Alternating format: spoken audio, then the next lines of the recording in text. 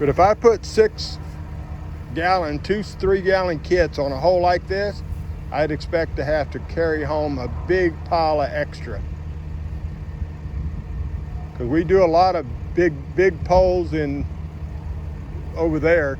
They put 5s in, contractor puts 5 in, and you can go to the dumpster in the afternoon and there'll be chunks of foam that they had to cut off. Put the 45 class 2 in a while ago, 7 foot deep. 5 gallons foam came right to the top. Well, they lead us to their field chart. When we look at this product, you know, we're trying to size up what we want to do. There's always a fill. What's the diameter of the hole? What's the diameter of the pole? How deep is it?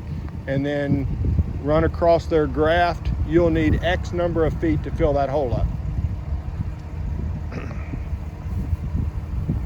So there's your little growing.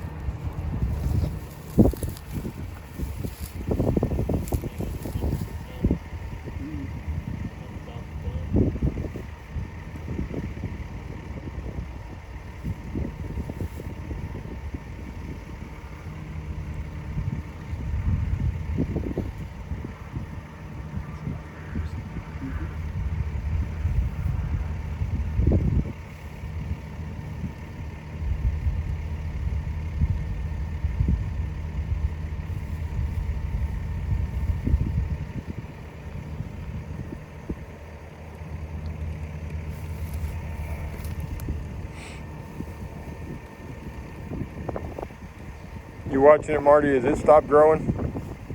Pretty much. We're at the 7-minute mark.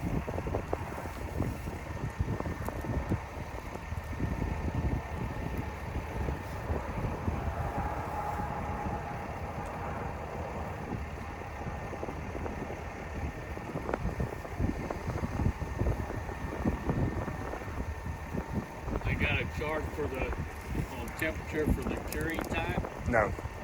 The only thing we agree on is that as the temperature goes down dramatically, we expect an inverse. We expect the curing time to be extended. So when I was visiting with them 10 years ago, if you were freezing outside, put the product inside the truck. If it was 105 degrees outside, put the product in the truck, air conditioned truck, and try to change the temperature, get it more neutral. But I think that curing time is not the complaint.